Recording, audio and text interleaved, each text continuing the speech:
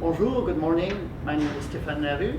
Je suis le président de la CCBC ici à Montréal. I'm the president of the CCBC here in Montreal.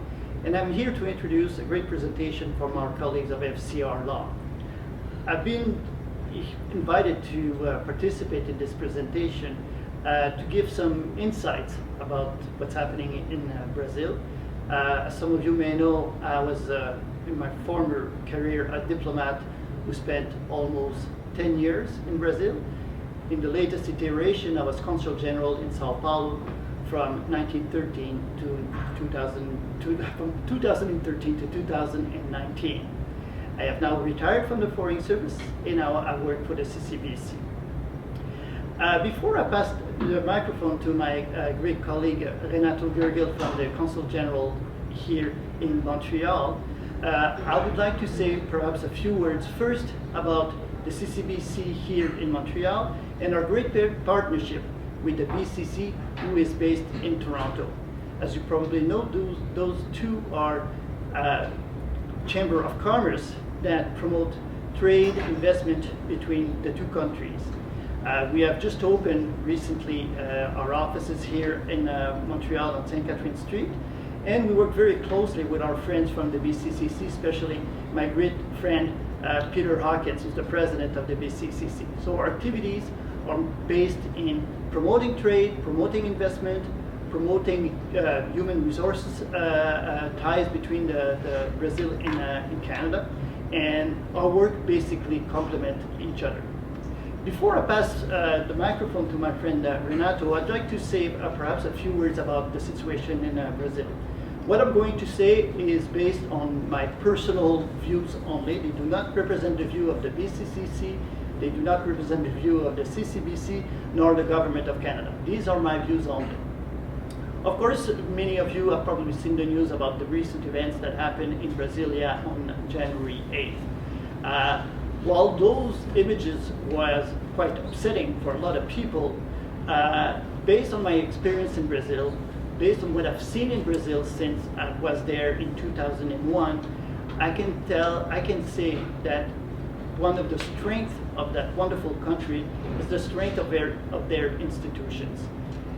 These events is an unfortunate series of criminal acts, but they do not represent, in my view, a significant threat to the democratic institutions in Brazil. Brazil has seen some various events in its past that include revolutions, military dictatorship, renewed of democracy, impeachments of president, but the institutions survive, and Brazil still represent, in my view, great opportunities for Canadian businesses, Canadian educational institutions, and also democratic exchanges between our officials. So without further ado, I would like to pass the words to my friend Renato Gergel from the Consulate General of Brazil here in Montreal. Thank you. Well, Mr. Peter Hawkins, co-chair of BCCC, Mr. Stéphane Larue, president of CCBC Canada, Mr. Eduardo Fleury, partner at FCR Law, Mr. Philip Jeffrey, director for Canada at FCR Law, Mr. Rafael Cortez, partner at Tendências Consultoria, ladies and gentlemen. Thank you, BCCC and CCBC, for inviting me to make a few introductory remarks in this seminar on Brazil post-election, an overview on the new administration. The Consul General of Brazil in Montreal, Ambassador Nedilson Jorge, could not be here with us today, unfortunately, but asked me to send his regards and wish you all a great meeting. So I'm honored to speak on behalf of the consulate in this occasion. This is a very relevant and timely topic in the context of Brazil-Canada bilateral relations, as well as Brazil-Quebec in particular, which have become increasingly important in recent years.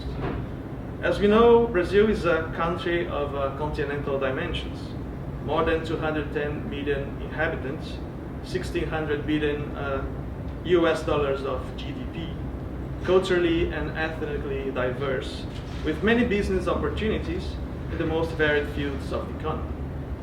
From agribusiness to the financial sector, infrastructure, energy, and other areas, Brazil has a rich and complex economy involving private actors, both domestic and foreign, and public agents in all three levels of government. This scenario poses challenges for entrepreneurs, and in this sense, initiatives such as this conference, aimed at better understanding Brazilian complexities, are very welcome. In terms of our bilateral relations, Brazil and Canada have many common interests, such as their vocation on leadership in green energy. Brazil, for instance, has the cleanest energy mix in the G20 countries, with more than 83% of its power generation coming from renewables. Clean energy is also at the top list of priorities for the Quebec government. The flow of trade and investment between Brazil and Canada is the result of a mature and mutually beneficial relationship for both countries, which dates to the beginning of the 20th century with the establishment of the Canadian Electricity Company Brazil, Light as we know it in Brazil. Since then, the economic relationship between our nations has deepened and diversified. In 2021, Brazil was the 13th largest investor in Canada, with investment stock of approximately 9.69 billion US dollars. This figure, however, could be much larger considering the nationality of principal shareholders, with estimates accounting for 21 billion US dollars of Brazilian FDI in Canada, which would make Brazil the largest Latin American country investor in Canada. In turn, Canada was also the 13th largest investor in Brazil, with approximately 20 billion US dollars, taking into account equity participation and intercompany transactions. Large pension funds, such as the Caisse de dépôt et placement du Québec, are also present in Brazilian investment projects. Most recently, we have seen the announcement of investments by Brazilian mining company Vale in the production of nickel sulfate for EV batteries in Bécancour, Quebec. Despite the COVID-19 pandemic, bilateral trade relations between the two countries intensified in 2021, with a significant 21.5% increase in trade flow. In that year, total trade between Brazil and Canada reached its peak with 7.5 billion US dollars in commercial transactions. In 2022, the trade flow between the two countries will set a new historic record, surpassing the 10 billion US dollar mark. This makes Canada the 12th largest destination for Brazilian exports and 18th largest provider of imports for Brazil. So as we can see in this brief overview of trade and investments, there is much to be said about business opportunities between the two countries. Within the context of a global scenario with challenges of its own, it is only natural for economic operators the desire to know the priorities of the new elected government in Brazil, the strength of its institutions, democratic process, and the future of its economy. We all have witnessed the tragedy and the unfortunate events of last January 8th in Brazil, but I think the key takeaway from that is that institutions are strong and working, and we are going to take care of that situation in an orderly fashion within the rule of law, and all the people who were in charge of those unfortunate events that attack in democracy will be punished according to the law. And we are very grateful for the support of the international community against those criminal acts and in favor of Brazilian democracy that we witnessed all over the world. So this event here is a great opportunity to hear what legal and political analysts have to say about these topics and learn more about a country with which Canada is increasing its ties. Thank you very much, and I wish you all a great seminar. Well, good morning, everyone. Very glad to be with you this morning and to be physically in Montreal. the last time that Eduardo and I were here in Montreal and Toronto doing those type of presentation, it's now 3 years ago. So actually we were here in February, a couple of weeks before the beginning of the pandemic. So finally we're back here, so I'm very glad to be here.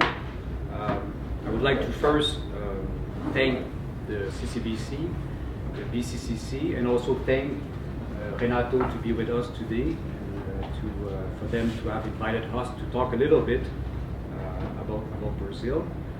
As a short introduction, my name is Philip Jeffrey, tax partner at FCR Law, and also I'm the leader of the Canadian desk at the office. Our office is the only one in Brazil that has a fully dedicated Canadian desk. So we can serve our clients in French, English, and Portuguese. Myself, pretty much all of my clients are Canadian companies from Quebec like yours, that are either exploring the market in Brazil or either starting to operate in Brazil. So this is what we do. And we've been involved with relationship between Canada and Brazil for many years already. I'm originally from Quebec City. Started my career at Coopers & Lybrand. So this shows a little bit my age. And after that, Coopers & Lybrand became PwC, and I was transferred to PwC in São Paulo, Brazil, and I've been working at least there 15, 16 years. And then I move on after the invitation of Eduardo to work at FCR. I believe that we have a very interesting presentation for you today. Normally, when Eduardo and I are here in Canada, people ask us to do presentation about how to do business in Brazil. So normally we talk about the legal aspect of doing business and the tax aspect of doing business in Brazil. But this time, together with the people from the BCCC and CCBC, we understood that since we have a new administration in Brazil, that the past few months in Brazil have been quite hectic, if I can call it like this way. So we understood it was interesting, instead of doing a presentation about doing business, but to discuss what you should expect from the new administration and what you should expect for the next few months as opportunities for Canadian companies to come to Brazil. So we have divided the presentation today between the tax reform, which is something that's been discussed in Brazil actively, and that's recently both the Vice President of Brazil and the Minister of Finance of Brazil have been saying that a portion at least needs to be presented on the first semester, and their idea is also to present a second part of the reform during the second semester of this year. So this is something that most likely will happen. So this is information for you that is important to understand what is expected to be changed in Brazil and what will be the reflex of this. Obviously, normally the reform will be implemented over a certain period of years. So it's not something that will happen like this one day after the other one, but the idea today is to present you at least the highlights of what is being discussed currently from the tax perspective. And the second portion of the presentation will be done by the Ricardo from Tendência. Cortez from Tendência, that will be discussing more about the business and political aspect of the new administration and also the opportunities for Brazilian company. So again, I'm very glad to be with you today, and now I will pass on the microphone to Eduardo that will start the presentation about the tax reform in Brazil. Thank you. Thank you.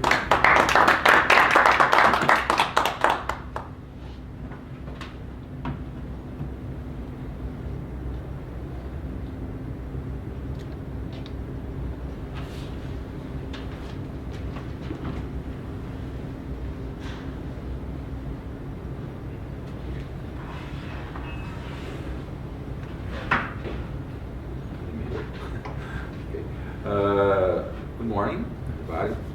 I'd like to thank everybody to be here, for being here today with us. And I'd like to thank CCBC and BCCC for helping us in this event.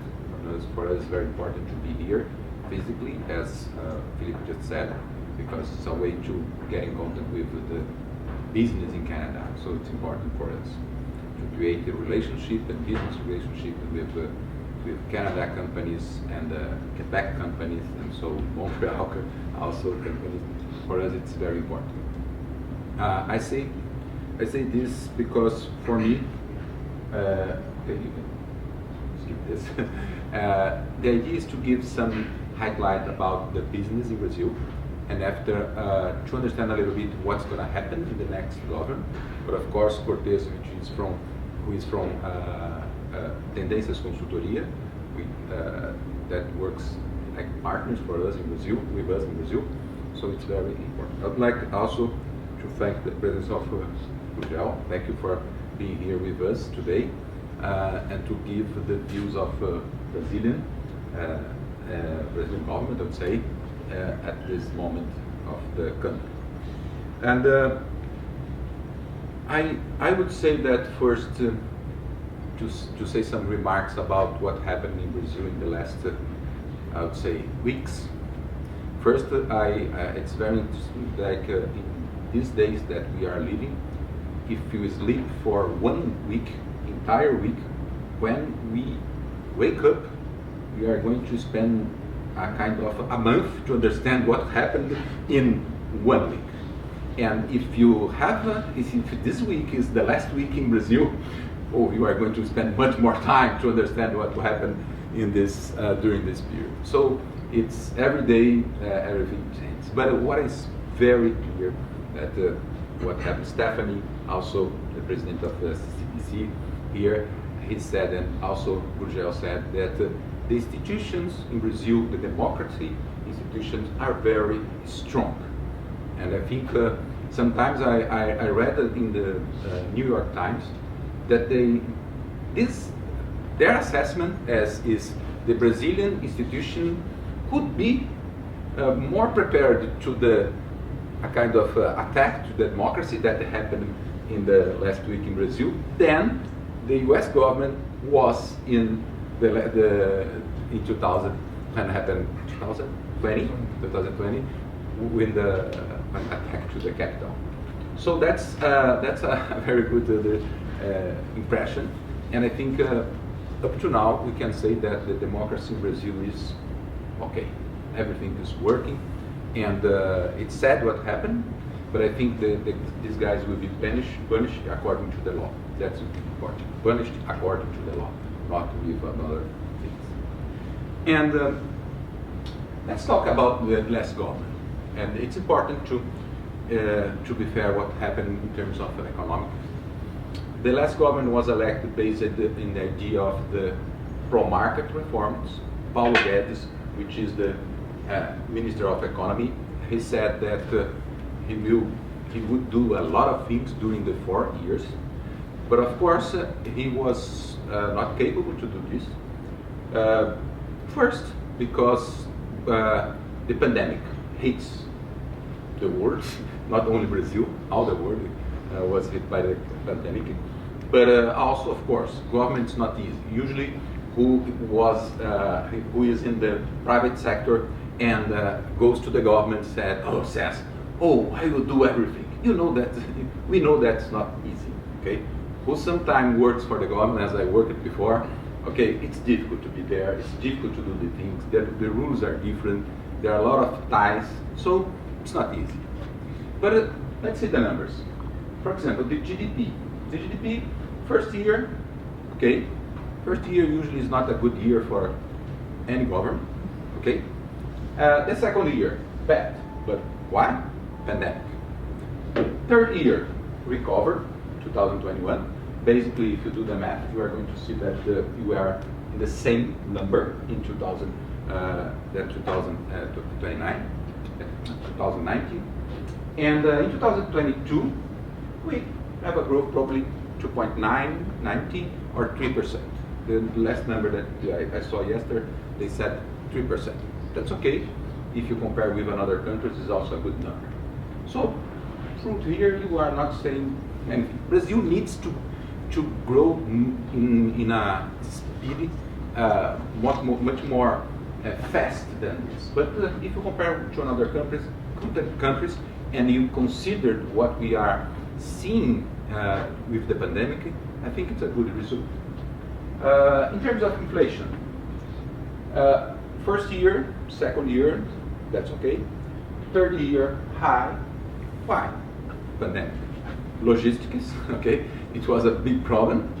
So also the gas prices started going up in that year, okay? And in this year, oh, it's a good number, 5.8. This year, no, last year, 2022. Okay, good number, but there's a trick here. A trick that the Brazilian government and the states also, Brazilian states, they reduced the taxation on gas. That's why they could control the gas prices. Okay, so that's why the inflation had a good result last year in Brazil. If you go to the labor market, also we start with 12%, okay, and now we are in 8.30. Yesterday we have the new number, which is 8.1%. For Brazilian purpose, it's a good result. Okay, if you see this number in the U.S., of course, it's a high unemployment rate. But for Brazilian, because the numbers that Brazil consider, the way that they calculate the unemployment rate, it's different. And if you have a kind of 7% of unemployment rate, you are going to be close to the full employment. So it's a good number, I would say. If you are going to able to keep it, it's another. So seeing this, I would say that we have a normal government, but the big problem that we have with during the Bolsonaro government, it's a kind of the political environment. If you are, that's something that I personally expect to have more room to discuss politics or in Brazil than we had in the past. Because in the past, where you are during the Bolsonaro government, basically, or you are in favor or you are against. That's a big problem that we had, and that's the division that is happening not only in Brazil. Let's say that, okay, all over the world you have situations like that. In the U.S., also you have this situation. In Europe, some countries you have the same kind of environment. So it's a kind of thing that I expect to have a little bit more room to discuss many kind of policies that the government can implement. Can you? Still talking about the reforms. Of course, it's my way to see. The first reform that was passed was the pension reform in 2019, which is very important. It was very important for Brazil. It's key, okay, and for Brazilian. The central bank independence is the second one that I think it's more important. Yesterday we had a kind of bad sign from the President Lula. He said something against of this kind of rule about the independence of the central bank. So it's important to see if it's going to be kept. Of course, I think it's a very important rule for the economy. The other two reforms, which is the new framework, the new set of rules for the sector of natural gas and also for sanitation sector. Sanitation sector is a huge opportunity for investment in Brazil, and the rule is very good. The new framework is one of the best that we had in Brazil up to now in terms of regulation of the to concede the exploration of things that in the past was explored by the government and now can be explored by the private sector. So it's going to be a very good opportunity to make investment in Brazil, especially the sanitation sector. Despite some declarations in the beginning of the government, Lula already said clearly they will not change pension reform or sanitation sector, new set of rules, or natural gas. They will keep as these rules were approved. Okay, so it's important to understand that it's going to happen in this way. It will be kept in this way. What we can expect for the new government so far? What we know so far? It's difficult to understand. In terms of, I'm talking much more about the pro-market changes, okay, than other. We know that health sector will be prioritized. Also the education, they are putting more money in universities. I don't think that is the best idea, but they will do this, okay? Because what I think it's important to put more money in the education from the beginning, the basic education, okay, from elementary school and so on. But they think that the idea is to put more money in the universities. And but beside that, in terms of reforms, what we see, we had a kind of rule that is in place right now, saying that the government has a limit to spend every year. This kind of rule is basically set in this way. If I spend 100 this year, I put the inflation of this year, this year, and my limit will be 100 plus inflation for the next year. However, this rule was broken at least twice for the Bolsonaro government, and now the third one for the Lula's government was also broken. This rule was broken.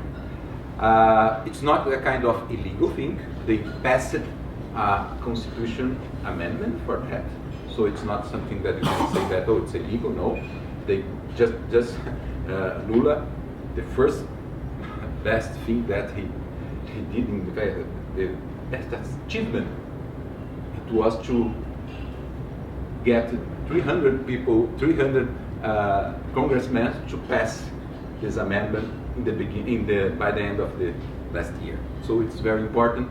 It's a good achievement because, of course, they need to spend more money than, because in the budget that was sent to the Congress, they spending the limit of expenditure was not enough to pay, especially the social expenses like Bolsa Familia and things like that. So they had to increase this limit of spending. And but the problem that no, we can go back.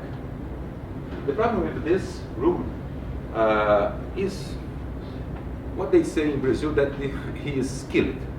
It's skilled, okay, this rule.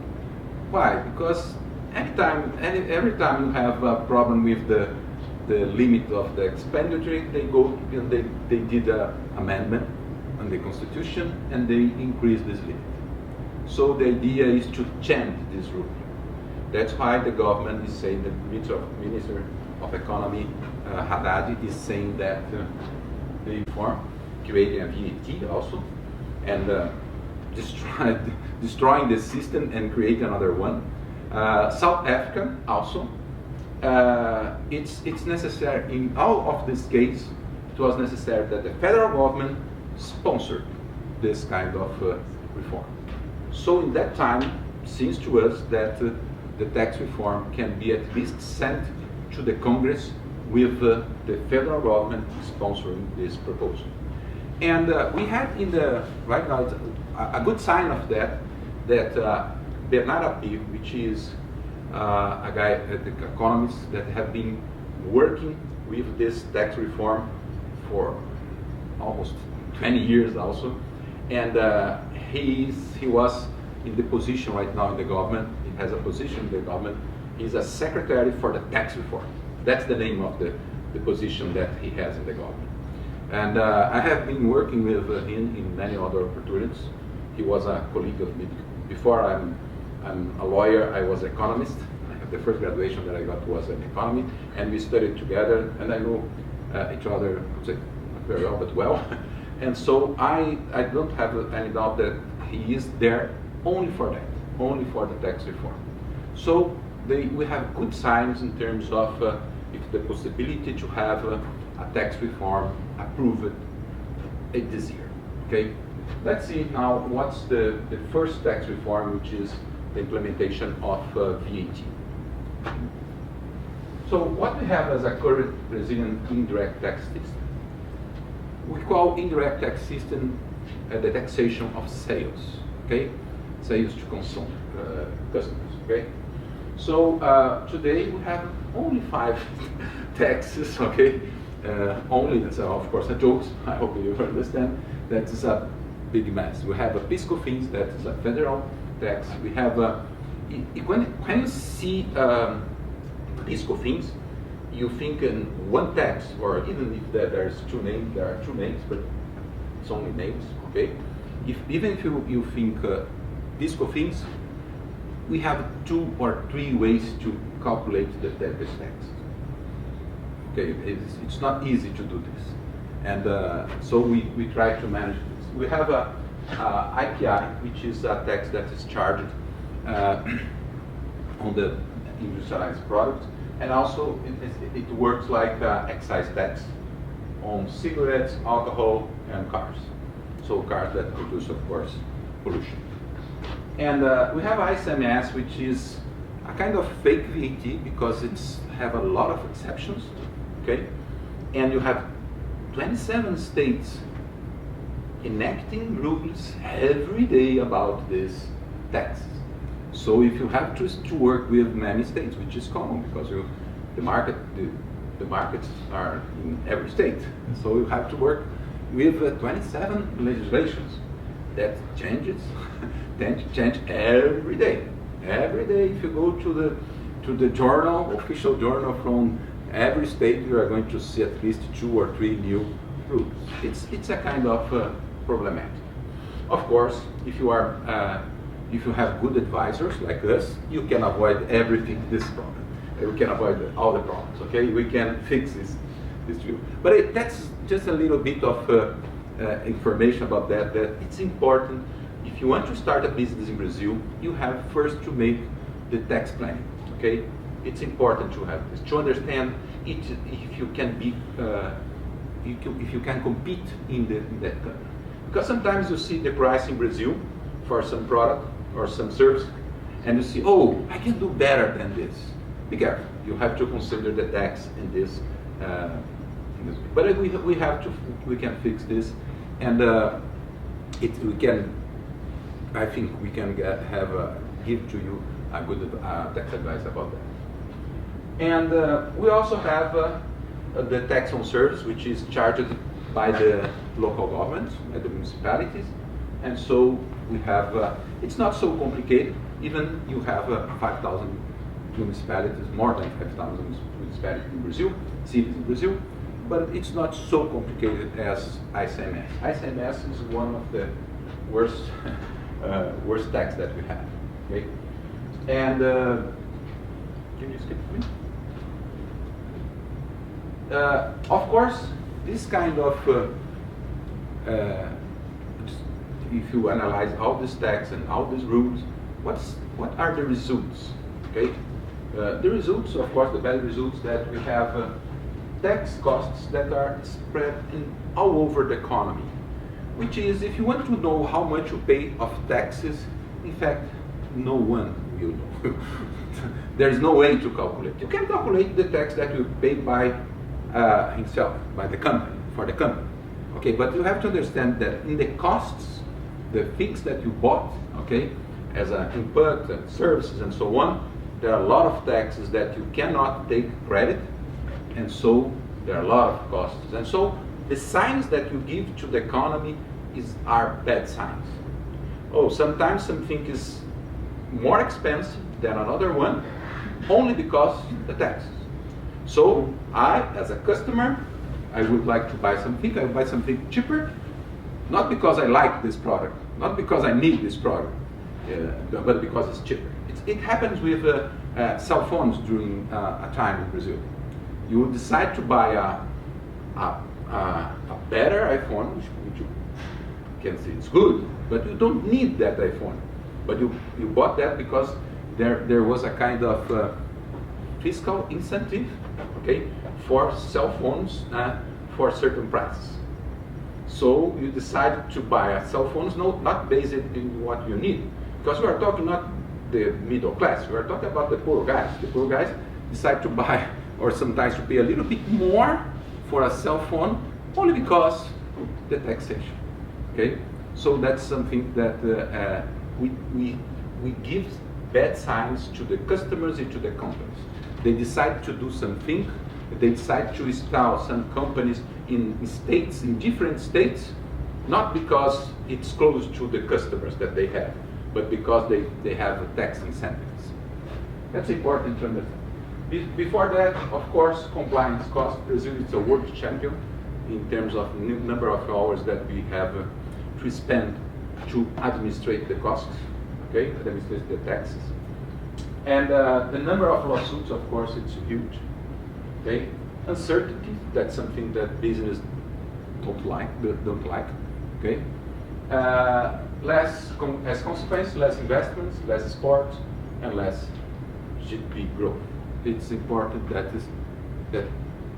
it's sometimes I think sometimes that the people, not only in Brazil, but when you talk about this, they don't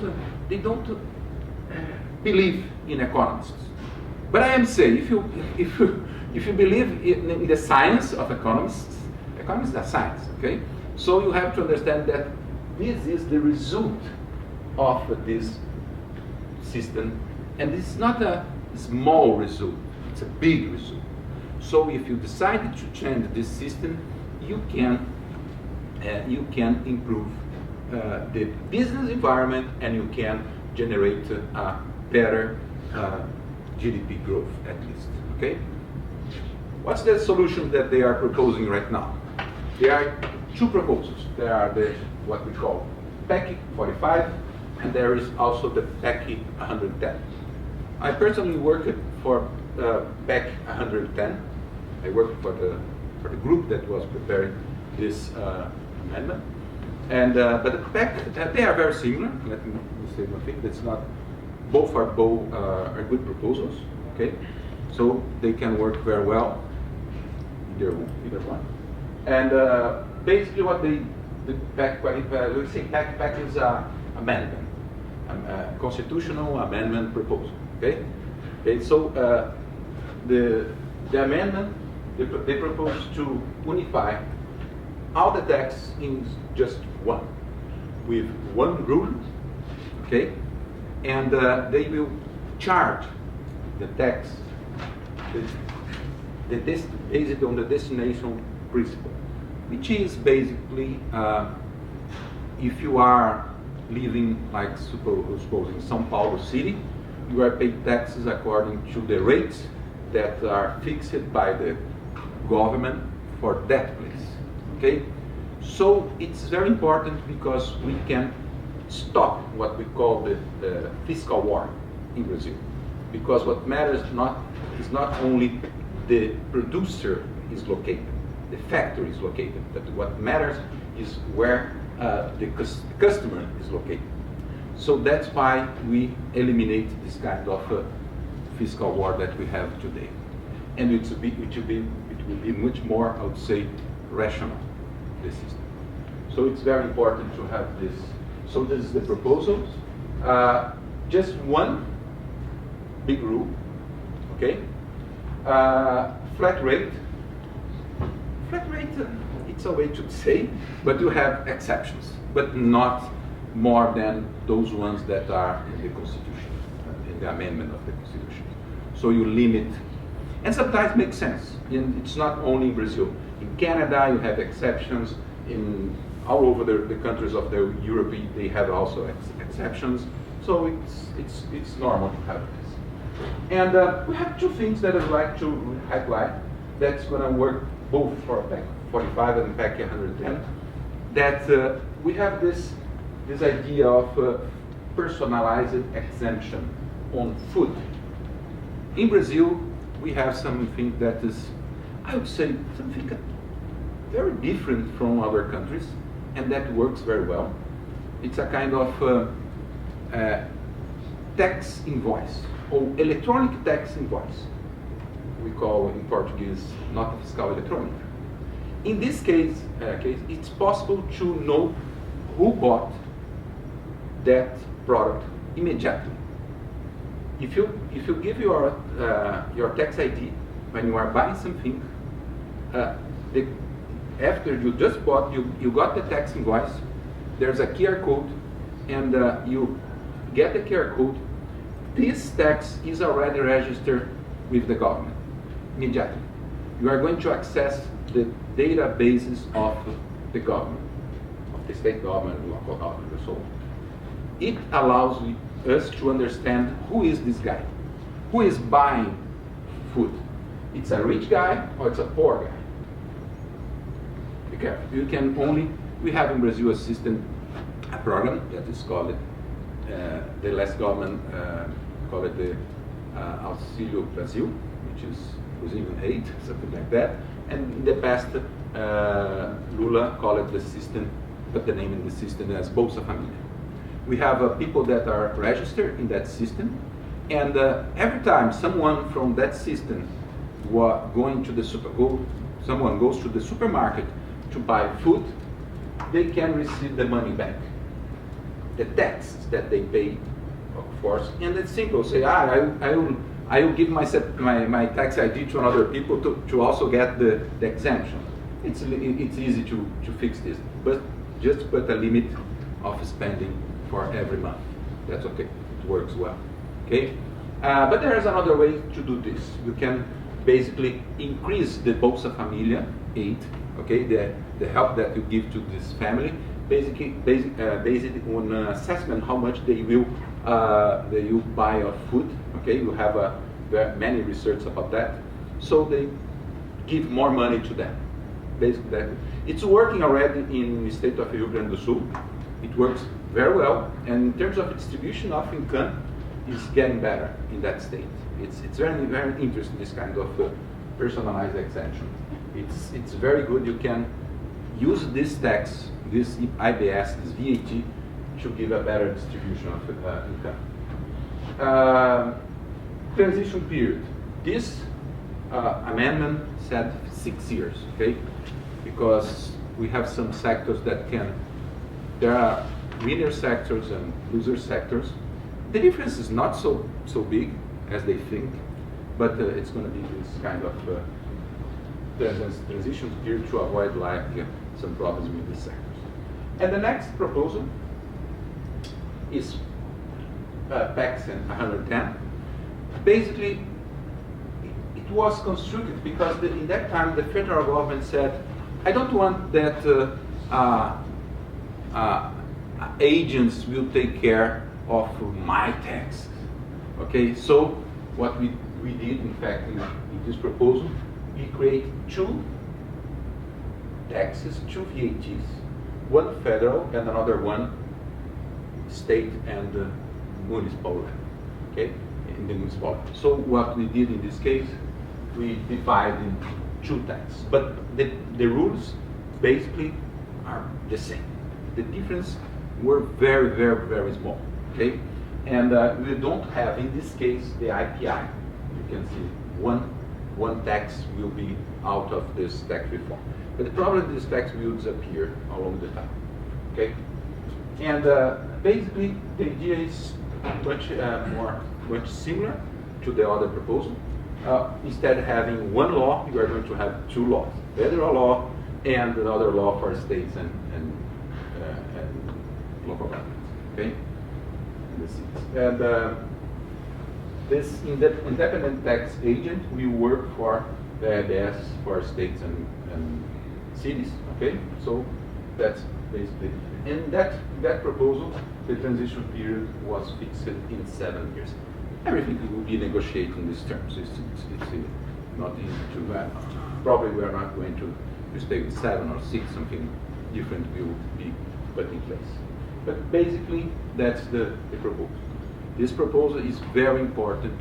Even if you say that we will take 6 or 7 years to implement this, the sign that you give to the market, that's what economists of the economic science, they say that they put in the price. You say when you heard we heard sometimes that something is already in the price of the stocks and so on.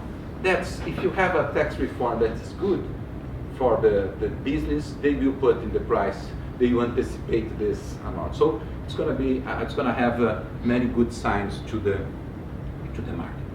So basically, that's what we would like to talk to you guys about the tax reform, and I am available for questions that you can send through the channels of the BCCC or CCBC also. Okay, thank you for your time. Thank you. I want to start first saying that I'm very grateful to introduce the main points of our baseline scenario, of economic scenario at Tendências Consulting. I'd also like to say thank you to the BCCC company and FCR Law Company. I'm very happy to share my main ideas with you. Before I started with my presentation, I will make a brief introduction of my role at Tendências. My name is Rafael Cortez. I'm in charge for the political risk analysis. Tendências is doing this kind of economic and political forecast for about 25 years in Brazil. And the thing that I will start to say that this actual moment, it's a very important moment in Brazilian economic and political history. And I say that because we were living through some challenging times, not just in economic area, but also, and particularly, especially if in political area, we are living through some important period that probably will define or at least will help to shape the Brazilian economic forecast for the next years. And if I have to say a single word about this 2023 year, I will choose the word transition. I really believe that 2023 is going to be a year for Brazil and have a transition. The quality of this transition and the economic effect of these transitions depend basically on political era here in Brazil.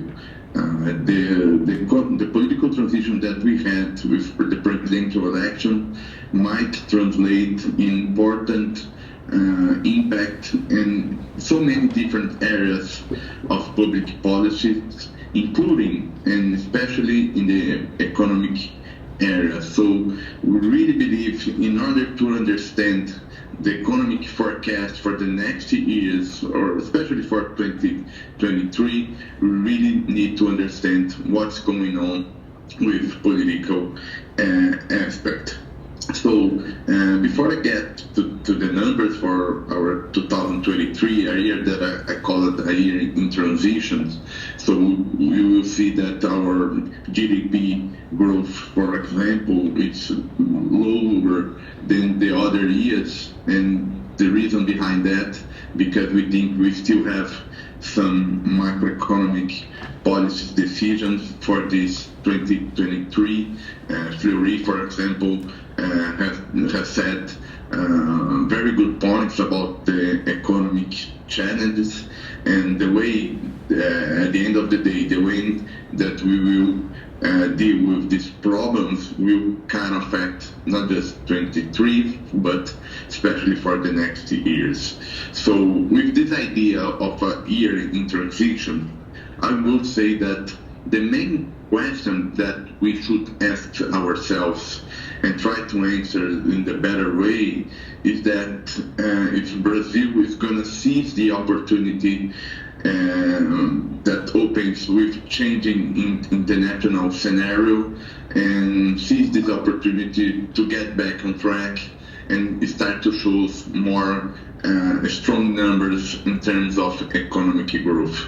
As you guys probably know, and you're dealing with these situations every single day, we're been through some special moment in international economic, part of this special moment because of geopolitical risks, not just because of the conflict between Ukraine and Russia, but also because of all these changes that we are dealing right now after the COVID period, that will be very important to have in mind when we're understanding the effect of this international scenario on Brazilian perspectives for the next years. We really believe that this change created a kind of window of opportunity to Brazil get back on track and start to show again more positive numbers on the economy. But in order to really seize this opportunity and start to grow faster than we've been doing for the last years, we need to do some domestic tasks. And this kind of domestic tasks starts with politics. So I will try to give some numbers, try to give some important highlights for this political scenario, because this helps to understand our economic forecasts. So I will now share my presentation with you. If you guys have trouble to see or to hear me throughout the presentations, then just let me know, and I will try to do it again. So before to go directly through our scenarios, here's my first slide.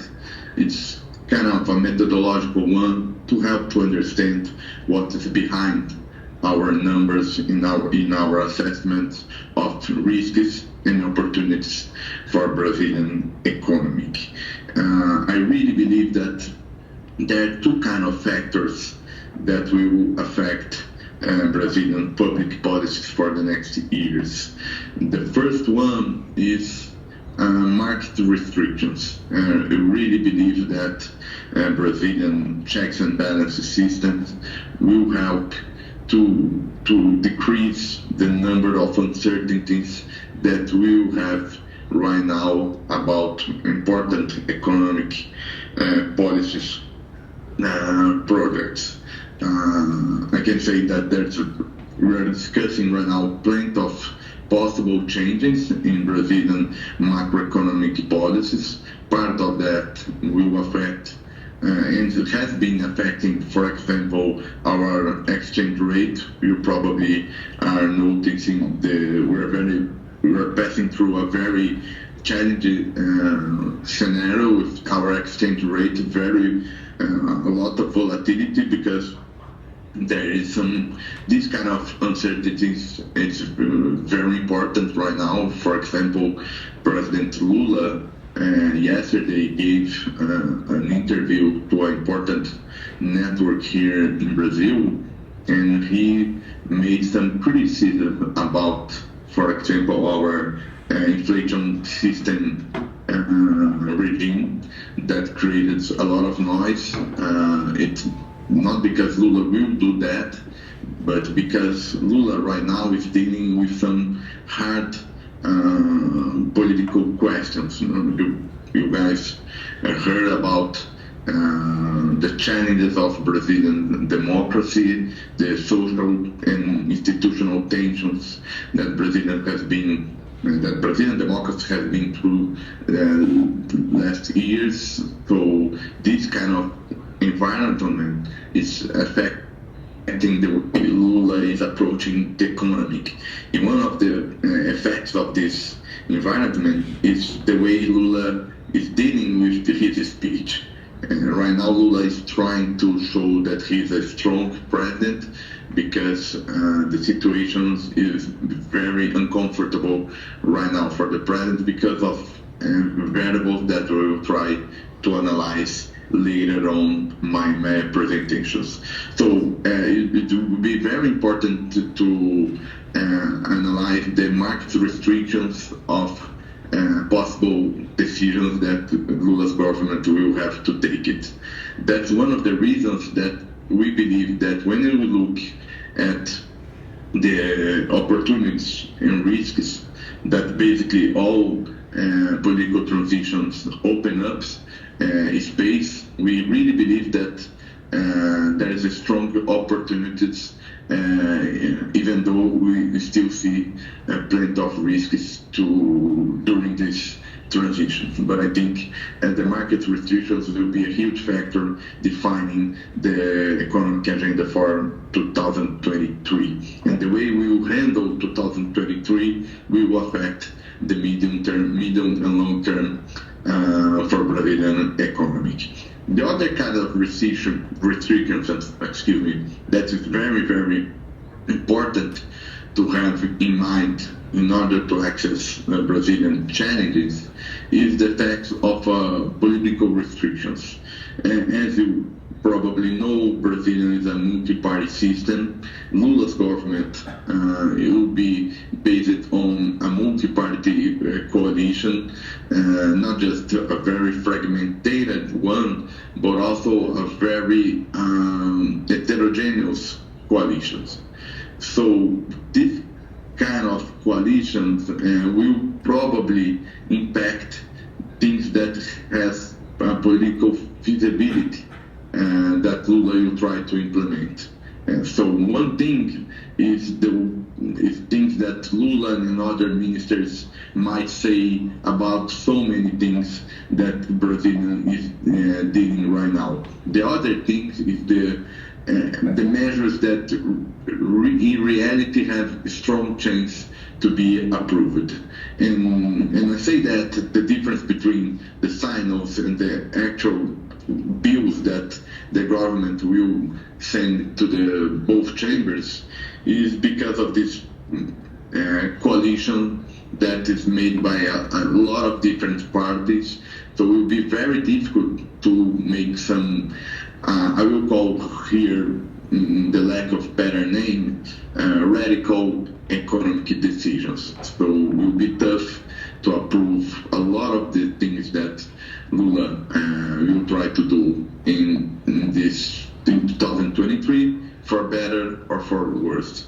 To be, for example, gave you the example of a tax reform.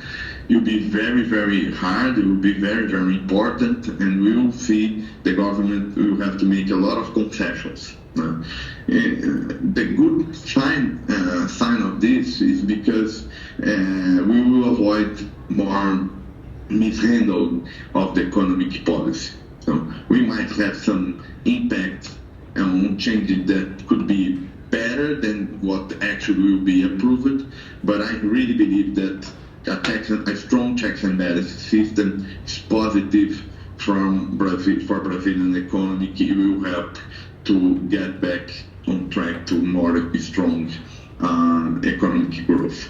So in a certain way, the measures that the government will introduce in 2023 will be a reflection of these two main variables. So let's try to understand a little bit the way and the scenario that I think is going to be very challenging for Lula. This will be his third term, and probably the more challenging one when we think about economic agenda and political coordination. And the first factor that I think is very important is to have in mind that Brazil has been through political polarization. There is a strong opposition to the president elected, despite a strong support, but Lula, in my view, comparing to the other terms, has more limit to his political capital because of ideological radicalization, corruption scandals of the past, and also economic mistakes that Workers' Party government made during former President Dilma administration that in a certain way has been perceived as a risk today for the third term of President Lula. The other factor that will have an impact on the political capital for Lula is the institutional limitations that the Brazilian president has been showed in the last few years. We actually had some important institutional changing that will affect the agenda power setting of the executive power. For example, budgetary measures, veto power. So we are dealing with a different institutional environment when we comparing the first two mandates of President Lula. So these institutional limitations will also have impact on the kind of policy that Lula will try to improve to introduce in 2023. And the other reason that it's going to be tough to deal with this coalition and to deal with this environment is the expenditure and raising fiscal restraints that we're dealing right now. It's very hard to Brazil to build a more positive fiscal responsibility because it's very hard to cut expenditures, but also very hard to raising taxes. So we're right now dealing with this situation. How we will make primary surplus or fiscal accounts in order to help the other macroeconomic variables to be in a position that will help to grow more than we're expecting for 2023. So this kind of political limitations is very important to understand the Brazilian scenario. Just to show more, to make my point more strong, this chart shows the difference between the winner and the second place during Brazilian's presidential runoff throughout after Brazilian Constitution of 1988, and you can see that the margin of Lula's victory in 2022 is very, very tiny. So the idea of a divided society is very, very important to understand the choices that Lula will do throughout the year. Another way to say the fiscal the political restrictions of this third mandate for Lula is to look closely to his coalition. This chart shows the size of Lula's coalition in three phases. The first one, what I call it here, the electoral coalitions, is measure the power of all the parties that have been with Lula since the presidential elections. So as you can see, this number, 143 chairs on the House, is very, there's a long distance for these parties in order to achieve the majority of House in the plenary. So you have on the floor, So Lula will need to, and he already done part of this job, to add some parties to this initial left-wing coalition. So when we take another parties to that coalition, when we add these chairs, we still have trouble to form a majority, but especially to approve constitutional amendments. So that also is a factor to limit what Lula can actually do in terms of economic agenda. And if Lula adds right-wing parties to this coalition, he probably will have majority, but not an easy one. It will be hard to pass all constitutional amendments. He still needs more support in order to do that. Especially when you look at the economy, we see 2023 as a year as we are decreasing in terms of economic growth comparing to 2022. In tendencies, for example, we expect almost 1% of economic growth to 2023, way less than we had this year. So the economic environment also affects the way Lula will handle this political coalition. But the things that probably will affect the perception of markets of Brazilian perspective is the way the main ministers and also President Lula is dealing with the economic agenda. And when we look at the main posts of Brazilian cabinet, we can see clearly the heterogeneity of our economic orientation. Actually, there is no economic agenda that puts together a coalition. The coalition that Lula is trying to rule is basically a political coalition. It's a political coalition that was formed because of the fear that the last administration would impact in Brazilian democracy. That's the main task of this coalition. And of course, when you look at this coalition from an economic perspective, we see the lack of a strong orientation on economic agenda. That will probably cause a lot of volatility throughout the year. So we will have to look very carefully to each step that all these ministers, and especially Lula, will have throughout the year. But this team has a challenge to introduce. They have basically two challenges, but the main one is to create a new fiscal rule in order to replace the expenditure cap. So that will be very, very important. The idea, and I agree with Fleury on that area, that this economic team will send to the Congress probably around the first trimester a new rule trying to decrease the uncertainty that we're dealing right now on the fiscal area. We don't know actually what kind of rule they will try to implement. Probably will not be a rule that will be in our constitutional, so it will be more easily to change this rule in the future. So that's probably one factor. And the idea here and the argument of this economic team that they will prefer a less ambitious expenditure rule in order to guarantee, in order to achieve the political feasibility of this rule.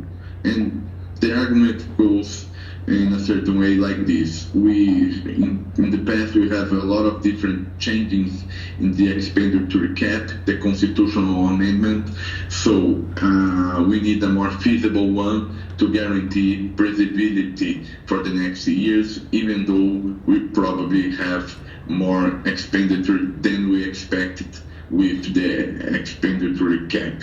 That probably will affect a little bit the interest rate in the short term, but we believe that if this team approves a good new rule, will help to create more economic growth throughout the next years. In our baseline scenario, for example, we expect the reduction of interest rates for the second semester of the year after the approval of this new fiscal rules. So that's why I say that's probably the number one task for 2023. Things that will help also the economic agenda. It's not so directly attached to the fiscal question, but we really believe that politics will have a huge factor in Brazil after the period of former President Bolsonaro. Lula has way more political capital than President Bolsonaro, especially when you look abroad with foreign investors and foreign leaders. It will be very important to help Brazil have a better position on international community, and probably also will help to affect in a positive way the Brazilian economic side.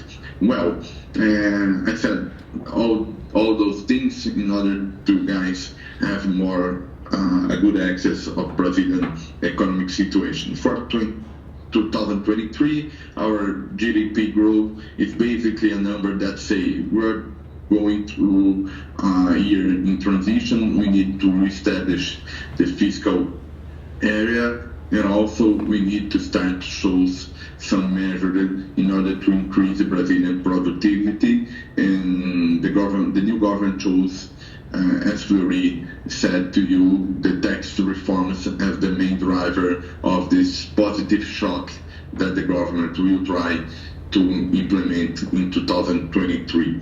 And after that, the numbers can be higher than this one. The numbers for 2024 and other years, it's basically numbers that say that we will avoid a pessimistic scenario, but also numbers that shows the importance to Brazil to build on economic structural reforms in order to increase that kind of economic growth.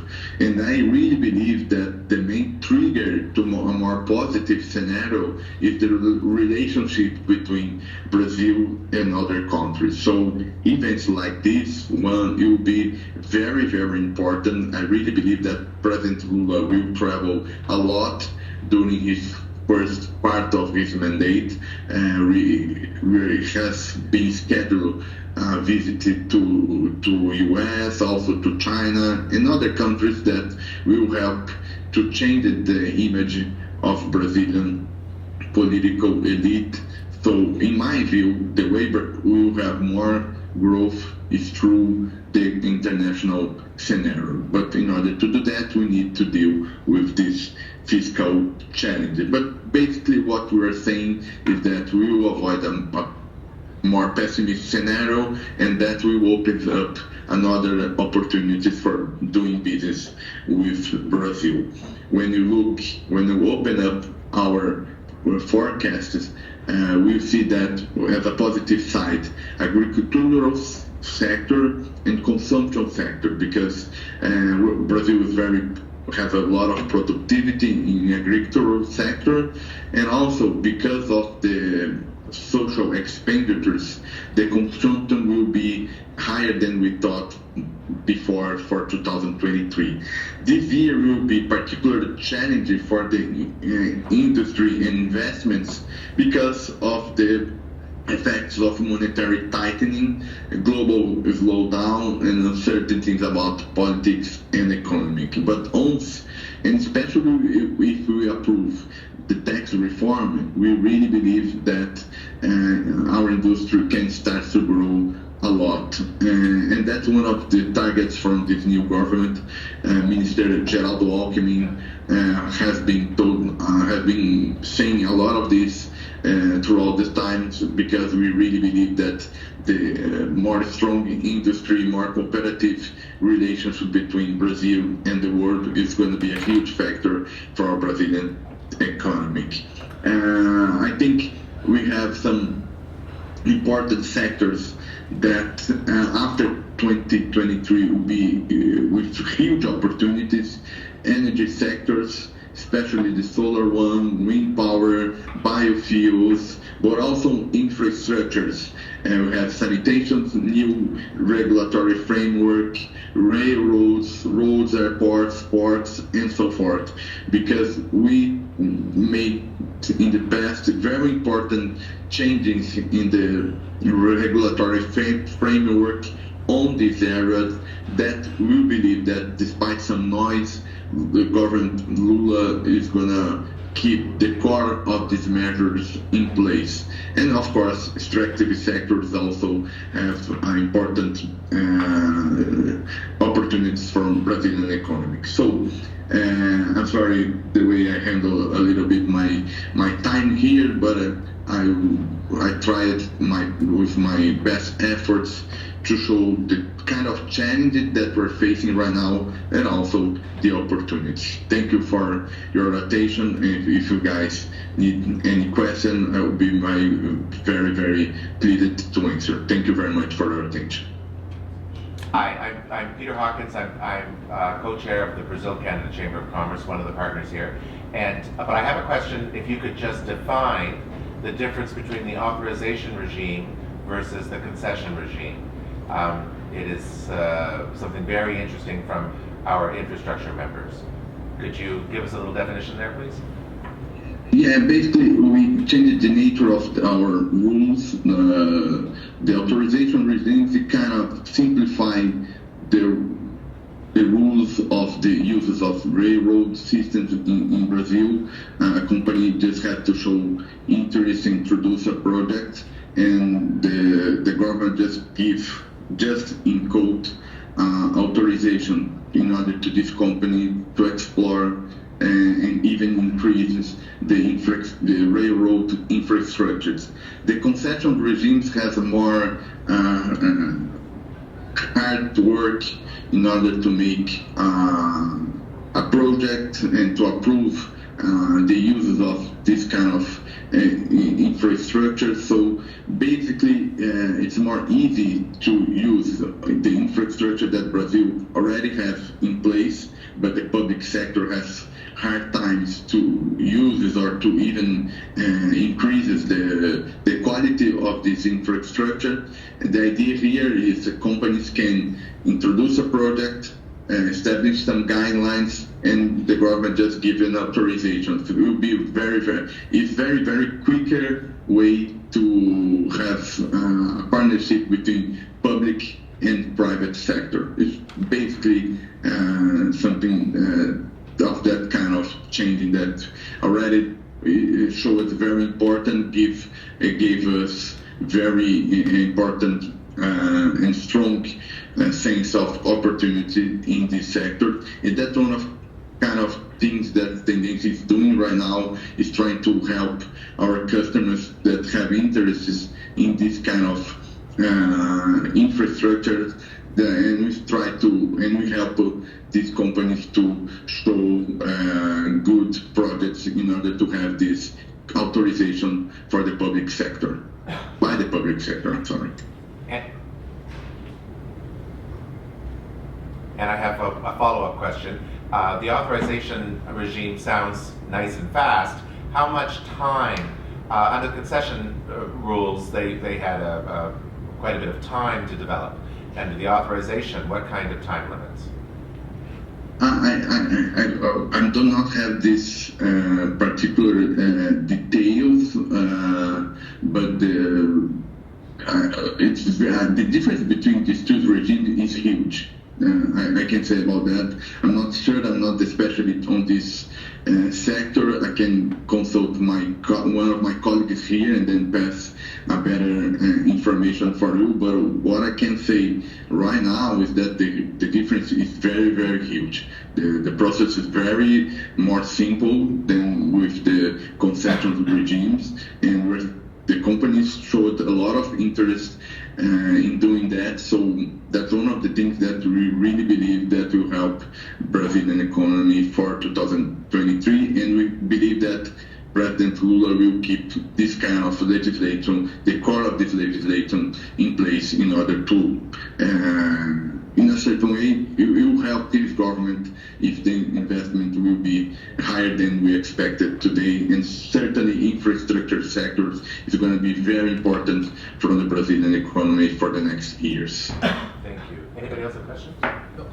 I can say that in terms of law, no, it's not a question, just a comment about talking about law, the concession and the authorization. Basically, the authorization, you have to comply with some conditions, so we can get the authorization from them. Yes. Okay. And concession, no, it's a kind of first it's a competitive. Yes, it's a thing, and so you have to compete with other competitors. And authorization is much more simple, as he said. And you usually have to comply with certain conditions. Okay. But of course, I'm not familiar with this law, especially for railroad law that was approved. But in terms of concept of this, because they are two different concepts in the administrative law. Okay, so basically the difference are those ones. It's exciting. Our members would be interested in hearing more about this. Rafael, thank you so much. That was very valuable. Thank you. I have a question. Thanks for your time. You have one more question? Yes. Yes. Okay, go ahead, please.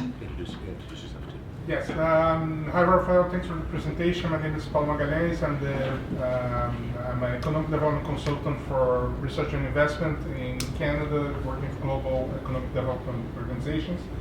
I've been with the Brazilian consulate before and came originally from the private sector.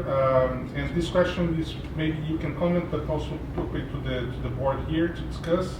There was a big movement towards the entry of Brazil in the OECD in the last years. So the Ministry of Economy had spearheaded that with a working group. I know Brazil is in the line to get in. They haven't gotten yet. What's I believe some of these changes in fiscal policy are due to that as well. But what your views, your and the team here views on that entry, the potential impact on the Brazil prospect for, especially for foreign investment and companies entering the Brazil and being more attractive to Brazil. Thank you. Thanks, Paulo, for your question. Probably other people can also add important comments on that. First of all, it's going to be huge because we really believe that part of this, the triggers for a better economic performance for Brazil in the next years is based on the way Brazil will create better relationships with foreign investors. In a certain way, the last government tried very hard to do that. The perception was a little bit different than the actual efforts because of some particularities of the President Bolsonaro.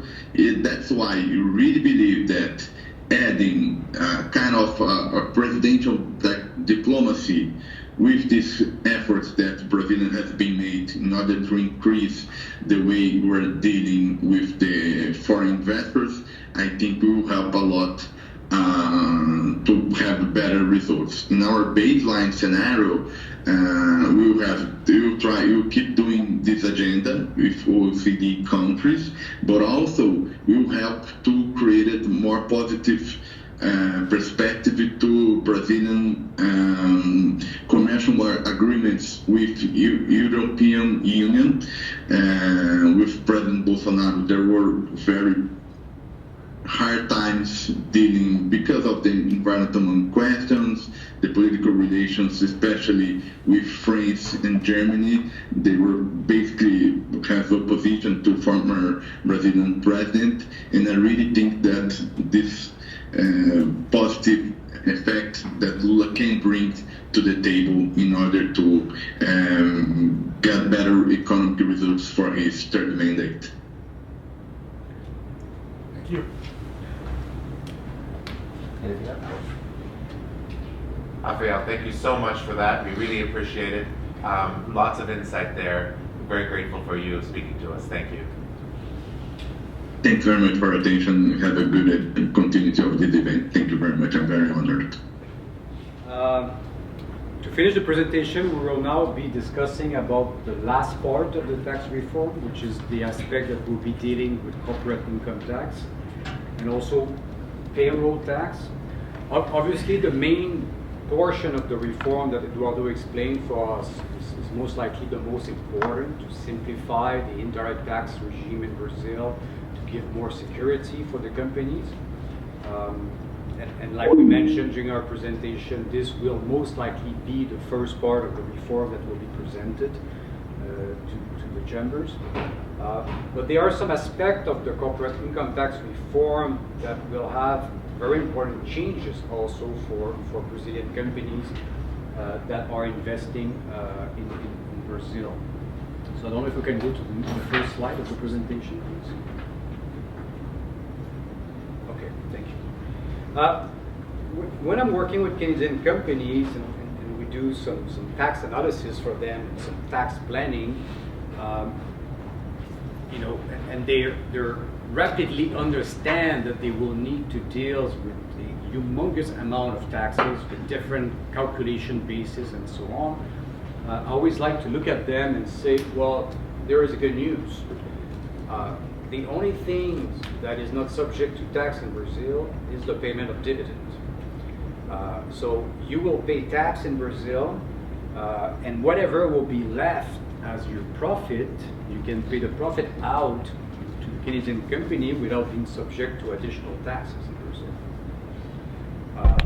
So this is the only good news normally when we talk about taxes in Brazil. And now, unfortunately, I will need to tell you that if the reform passes, and I think for this item most likely will pass, unfortunately now the payment of dividends in Brazil will be subject to taxation. Okay, which is not surprising because actually there are not a lot of countries outside of the countries that have special regime that we call international law participation exemption regimes that could potentially make company paying dividend without taxation or receive dividends. But I mean, it's difficult to find countries that will not have at least a domestic rate of taxation on the payment of dividends that can obviously be reduced to zero or lower amount by the application of tax treaties between the two countries. This is something that's been discussed quite a lot in Brazil, and not so much on the payment of dividends from a company to another company, but more focused on the payment of dividends from a company to individual shareholders of the company. Because if you have a company in Brazil and you live in Brazil and you're a tax resident in Brazil, right now, today, and also for the rest of the year at least, any dividends that you will receive from your company in Brazil will not be subject to tax, either on the payment of dividends to you individuals or either also for you as an individual. So all the money that is received from individual shareholders in Brazil are not subject to tax, which is something that is, you know, if you want to do some tax planning, this is something that you cannot do in most of the countries, because you can structure your company to have a lower tax rate, generate profits, and then pay the profits to you guys in Brazil, I mean, and not be subject to tax, which is not the case as an example in Canada. The Canadian shareholders, as well as Canadian companies, will pay tax when the Canadian companies pays dividends to the shareholders in Canada. But to offset a little bit this bad news that I just explained to you, obviously the government will need to give back because they cannot say that the companies, today a company pays 34% of corporate income tax in Brazil. So obviously if the government say now we will start taxing the dividends, they will need directly to give a break on something, because if not, the race of taxation will be very violent. So what they are expecting to do, they are to counterpart the taxation of dividends, they will reduce the corporate income tax of the companies. Right now, there are, like I mentioned to you today, currently the corporate income tax is 34%. The idea right now is to potentially reduce it to 25%. Obviously, the net result of this will most likely increase a little bit the tax burden on those transactions. There will not be like a break-even calculation, but at least it should reduce a little bit the negative effect of taxing dividends in Brazil. For foreign companies, we will have a taxation of dividends locally, so from local shareholders. And for a foreign company that owns a share participation in the Brazilian company, right now the idea is to have a 15% withholding tax that will be paid on the payment of dividends to the Canadian company, as an example. In Canada, for you to understand, and again, I'm no longer a Canadian tax advisor, but I still have some reflex a little bit of the year that I've been working and studying taxation in Canada. Normally, a Canadian company that's got an investment abroad through a companies abroad, as a general rule, when the foreign company, my example, the Brazilian company, pays a dividend to the shareholders in Canada, as a general rule, dividends is not subject to additional taxation in Brazil. So what does it mean? It means that that will change a little bit when you will do making your budget and your tax analysis to know what will be the end result of your investment in Brazil, because most likely 15% will become a cost that today Canadian companies do not have. And unfortunately, the tax treaty between Brazil and Canada will not further reduce the 15%. The tax treaty mentioned today that the maximum amount that can be paid is also 15%, so the tax treaty will not further reduce the taxation. So this is the good and the bad news to start about the corporate income tax reform. I will not go through all of the items that I'm listing here because I assume I'm not talking to tax people, and obviously there are some element of the corporate income tax reform that will require like a much longer presentation to go through each of them one by one. First, to explain what are we talking about and what will be the change of the tax reform. But just as an example, something that potentially no one is aware of as a Canadian company, but Brazil for many, many years has allowed Brazilian company to remunerate the shareholders based on the capital that is invested in the Brazilian company, which is what we call in Brazil interest on net equity, or GCP. This is the acronyms for the Portuguese name of interest. And what is this? This was used for a long time because it was a good tax planning for foreign companies having investment in Brazil. So the Brazilian tax regulation allowed companies, still allowed today because the tax reform is not passed, but to calculate a fixed percentage of interest, which is a long-term interest rate that is defined by the authorities, on the net equity that is invested in Brazil. And then whatever result comes from this, the Brazilian company is allowed to pay this amount to the foreign shareholders. And in this case, when I say paying, it needs to be registered as a payment. Obviously, it doesn't need to be effectively paid. It can stay in the book and then later on capitalize or something else. But the tax benefit of this is that for many, many years, foreign companies were characterizing this payment, which was not easy for them because the notion of interest on net equity was very confusing for them because the foreign jurisdiction had to analyze what is the nature of this payment. Is that a dividend or is that the payment of interest? Some countries, they took the position that it was a payment of interest because it gave to the Brazilian company a tax deduction. So they say if there's a tax deduction, it needs to be interest. And dividend doesn't give a deduction to a Brazilian company.